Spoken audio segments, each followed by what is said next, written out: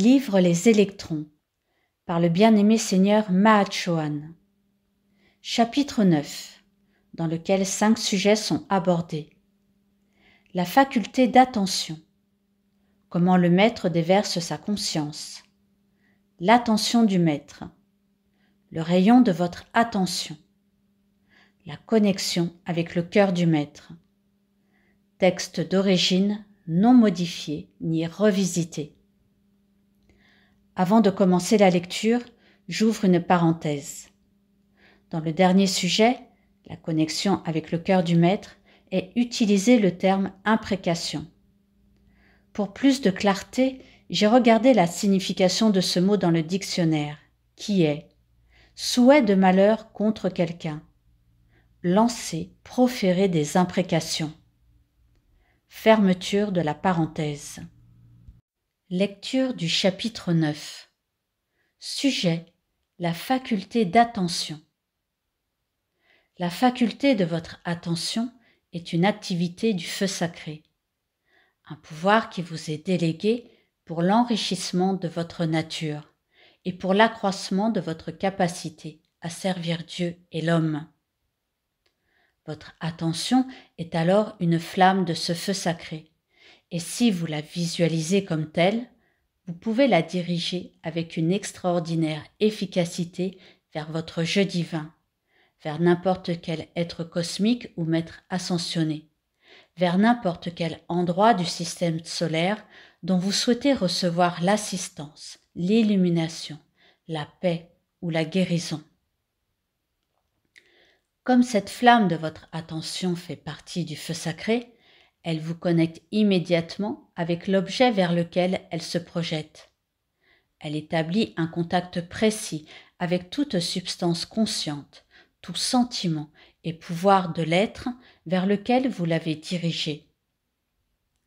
Si vous dirigez le rayon de votre attention vers le soleil physique et que vous passiez en concentration indivise à peu près 30 minutes à ne contempler que la perfection qui y réside, il vous reviendrait sur ce rayon des particules de lumière qui renouvelleraient et reconstruiraient vos véhicules intérieurs et extérieurs en parfaite santé, vitalité et bien-être.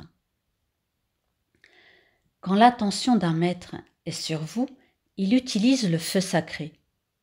Son attention est attirée vers vous à l'instant même où vous pensez à lui. Entrent alors en action les pôles positifs et négatifs du feu sacré pour tout le temps de votre contemplation. Cela constitue une connexion parfaite sur laquelle peuvent chevaucher ses dons et sa substance. Si vous en faites l'expérience, vous serez étonné et ravi des résultats physiques, émotionnels et du soulagement que ce traitement vous apportera. Le maître traite non seulement le véhicule physique, mais aussi les intérieurs, balayant dans le feu sacré la substance lourde, particulièrement celle du véhicule émotionnel. Si vous pouviez visualiser les nappes de flammes qui passent au travers du véhicule émotionnel d'un rose délicat et doré, vous trouveriez le bien-être et la paix. Ceci rendrait l'acceptation de l'assistance physique bien plus facile que lorsque vous êtes accablé et tendu, ce qui est souvent le cas dans l'application personnelle. Sujet: comment le maître déverse sa conscience. Quand un être parfait focalise son attention sur un membre non ascensionné de la race, il dirige sur le rayon de son attention, en un rayon de lumière, un fleuve régulier de pure substance électronique, saturé du sentiment, de la pensée et de son être même. Si vous pouviez voir ce processus par la vision intérieure, vous verriez émaner du maître des ondes de lumière et de couleur qui affluent dans les 4 corps inférieurs de l'individu, les agrandissent et changent la couleur et le ton de l'énergie émise par le Shelah.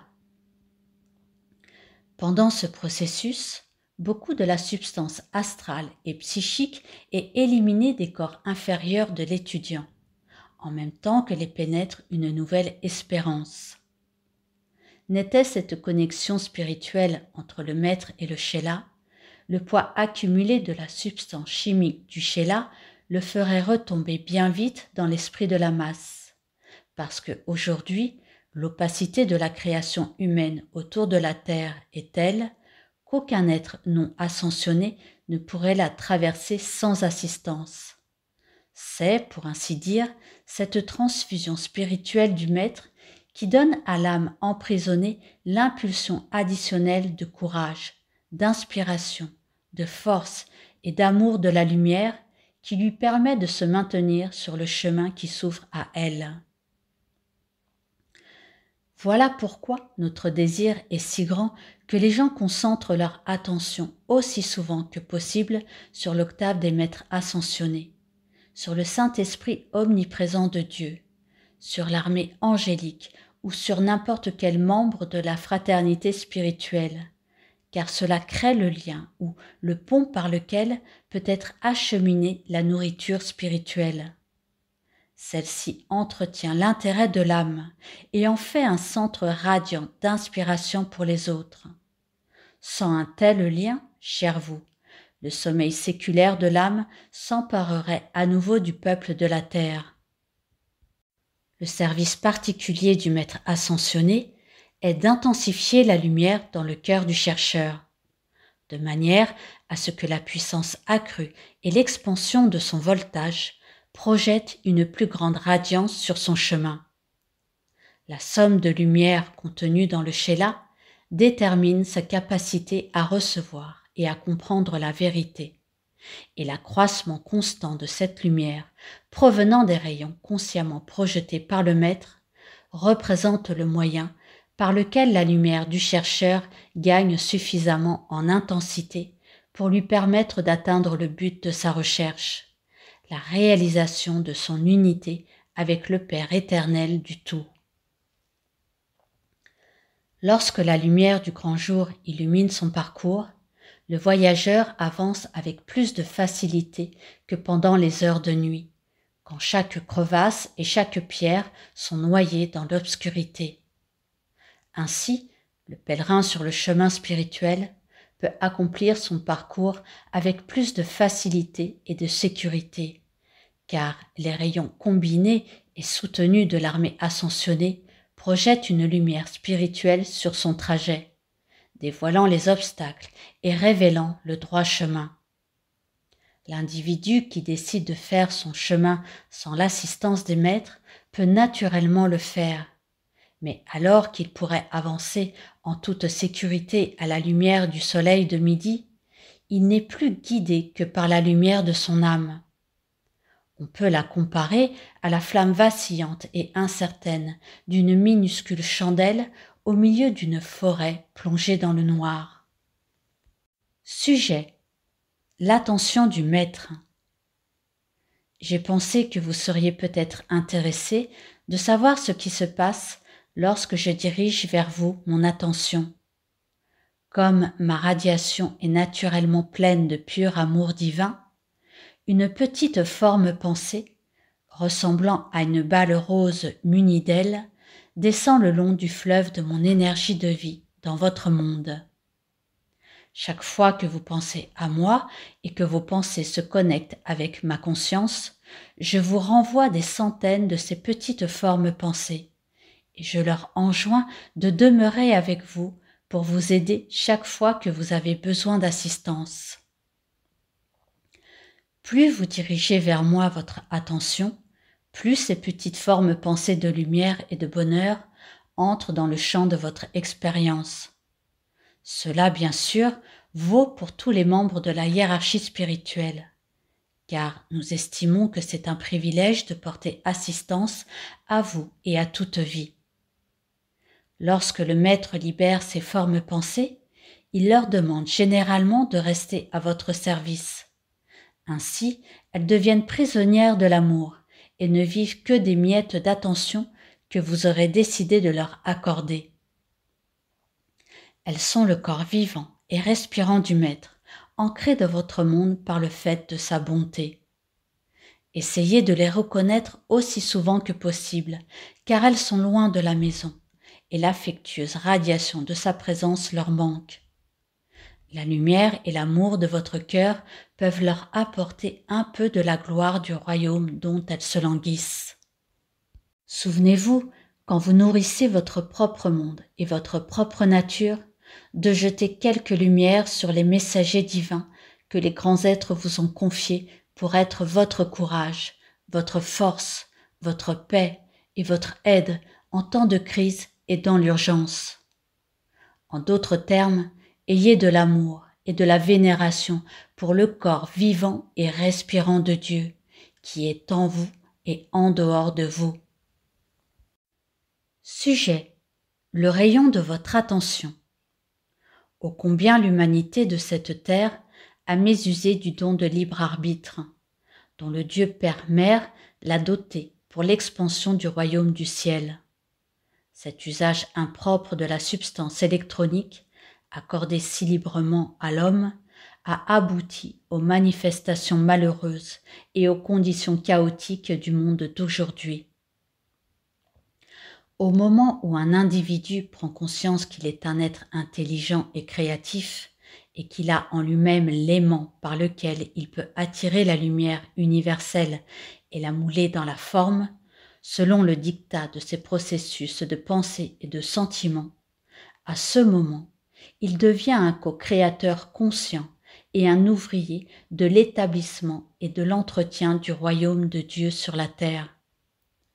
La substance de lumière universelle, comme vous le savez, doit obéir au commandement d'une facette individualisée du Créateur, et même quand le jeu inférieur assume le contrôle, elle doit refléter ce qui lui est imprimé. Toute lumière et vie est en cours d'évolution, et quand la substance universelle est moulée dans quelque chose de beau et de parfait, elle commence rapidement à exécuter le décret et poursuit ainsi sa propre évolution. Car toute vie doit s'étendre dans la dignité et dans la perfection pour accomplir le plan du Dieu Père-Mère. Bien, il est ici un point où entre en jeu votre conscience individuelle, car ce que vous entretenez dans vos pensées et sentiments se dessine par obéissance.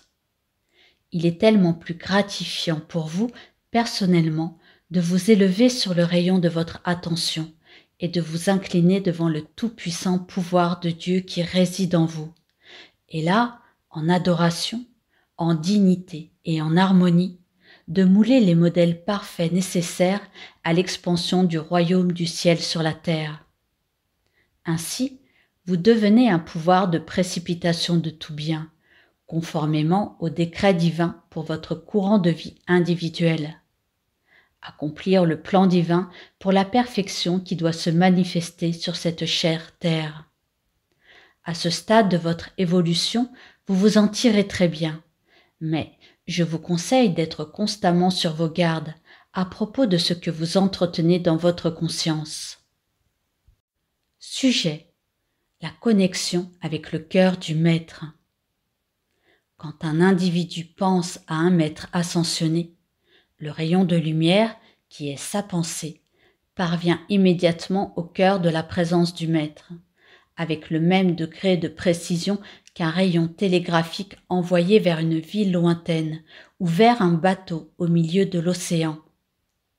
Du cœur de l'aspirant afflue un courant régulier d'innombrables électrons. Ceci constitue un rayon qui relie le penseur au cœur du maître et qui fournit un support naturel sur lequel la radiation et l'assistance du maître reviennent dans la vie, dans l'expérience et dans la conscience de l'étudiant. Il est fréquent qu'en temps de stress ou de tension, quand il n'a pas le temps de formuler une demande spécifique, le Sheela, en dirigeant son attention sur le maître, peut établir cette connexion par une simple prière ou invocation, et la lumière du Maître lui revient sur ce courant d'énergie pour apporter sa protection, l'illumination ou la radiation demandée. Si l'étudiant pouvait réaliser que, par son appel, la connexion avec le Maître se fait instantanément et que la protection offerte lui parvient simultanément, il saurait vraiment que la déclaration de Jésus « Et voici, je suis toujours avec vous » était plus qu'une simple paraphrase des mots Ayam. Une fois qu'un individu non ascensionné a le privilège de prendre conscience de n'importe quel groupe d'êtres parfaits, de l'armée angélique ou de la hiérarchie spirituelle, il n'est plus jamais seul, parce qu'il sait que chaque fois qu'il a besoin d'une assistance déterminée, la réponse à son appel apporte une aide immédiate, et la radiation du Maître afflue dans sa vie et à travers lui, dans la condition qui nécessite assistance, dans le cas où son appel concerne quelqu'un d'autre. Si les étudiants cultivaient plus souvent ce contact avec la présence des maîtres, ils seraient beaucoup moins influencés par le monde de l'apparence, beaucoup plus libres de la terreur et de l'incertitude que le monde extérieur crée dans la nature émotionnelle, chaque fois qu'ils permettent à leurs pensées de se poser sur des expressions discordantes. En utilisant simplement le nom de Jésus, beaucoup de gens ont déjà ressenti un afflux instantané de lumière, et les membres anciens de la race humaine étaient en communication constante avec Sanat Kumara, par la seule répétition révérencieuse de cet auguste titre.